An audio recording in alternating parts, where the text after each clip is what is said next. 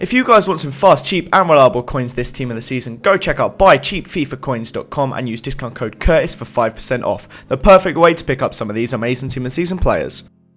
What's up guys, Curtis here and welcome to the return of something that I used to do quite a lot. It's some more fun, just quirky squads that don't really have a real ability behind it, but it has a meaning. Today we're going to be looking at a squad of the best players not to be picked for the World Cup. Now this does not mean these players, their nationality are not there. For example, Ibrahimovic, Swedish, Sweden didn't make it to it. He will not be in this squad. That's not what we're doing. We're doing players that nationalities are there, but they have not been selected by their team. So, hope you get the point of it. I'm going to go through it. There is a bunch of players as well that I haven't decided to include. The ones like Gomez, stuff like that. Quite a few that possibly I didn't include, but this is the starting 11 I went for. Don't comment down below, oh, you missed out so-and-so, blah, blah, blah. And also, if we could hit 500 likes in this video, that'd be absolutely amazing, but let's actually get stuck into it. So first up in goal we have Willy Caballero. It's very, very strange that he hasn't been taken. He's done relatively well for Malaga this season, and Argentina, they are taking a relatively strong squad, but they actually have a few inclusions here.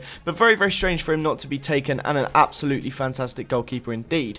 In the left back, I've got him in the right back for this team, but left back position we have Felipe Luis. Now, Brazil have a few left backs to choose from. I mean, Marcelo, one of them, but it's very, very, very surprising that Felipe Luis didn't make it, being in the Liga BBVA team of the season, the FIFA one, but you get the point, and being in the BBVA winning side of Atleti, and very similar here with Miranda. This guy is also a Brazilian that has been left out. Now, Brazil are not short of centre-backs. They have an abundance of centre-backs to choose from. But you'd think, once again, the Spanish champions would be in the squad. And I'm very surprised Miranda isn't actually making it. In the next left-back, there's quite a few left-backs in this squad. We have Ashley Cole. Now, I can kind of understand this one. Roy Hodgson has gone for Shaw and Baines. It's clear, as Cole hasn't got much first-team football this season, he wanted to take Baines over him. And then as a secondary, for me, I'd probably go for the younger one over Cole. Next up, we have Gael Clichy. Now, a fantastic left back, and I'm saying that as a bitter Arsenal fan. He is a very, very good left back, and I do think he was very, very good at Arsenal. He's very good at City, but this season he's only played 15 games, so it's kind of understandable, but still a fantastic player that hasn't been chosen by his team.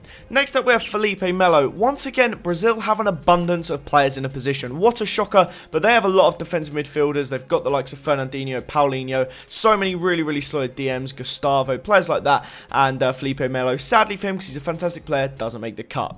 Next up we have Philippe Coutinho, once again a Brazilian. It must say something that Brazil has so much strength and depth that all the best players aren't making it for their squad, but Coutinho has had an amazing season for Liverpool this year, but does not quite make it into the Brazilian side. There's so many Brazilians, guys. Let me know down below if you'd like to see a squad of just Brazilians that have missed out. I have actually already built the squad on foot ahead. Let me know down below if you'd like to see that. It's very interesting as well, just to see how they have a reserve squad that is still absolutely amazing.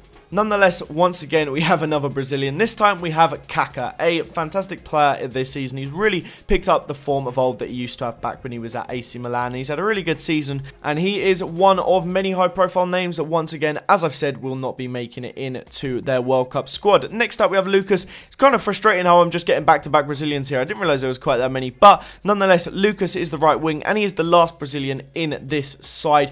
It's been absolutely tremendous for PSG this season, and I guess Hulk is their preferred right wing, and they probably didn't want him in. Over in left wing / left mid now we have Samin Nasri. He's not been chosen for the French side. He's been fantastic for City this year, absolutely amazing. But Didier Deschamps has said he was part of the big disruption in the French squad, and a lot of the players were not would not be happy to play with him. So it's fair enough. Next up we have Carlos Tevez. Now this is an interesting one. Franco De Santo has gone over Carlos Tevez. Carlos Tevez has decided to book a holiday to Disneyland because he didn't want to go and play in the World Cup. Absolutely madness that he's not going. And such an amazing player that will be missed out at this year's World Cup, and I'm sure Argentina will miss them a lot.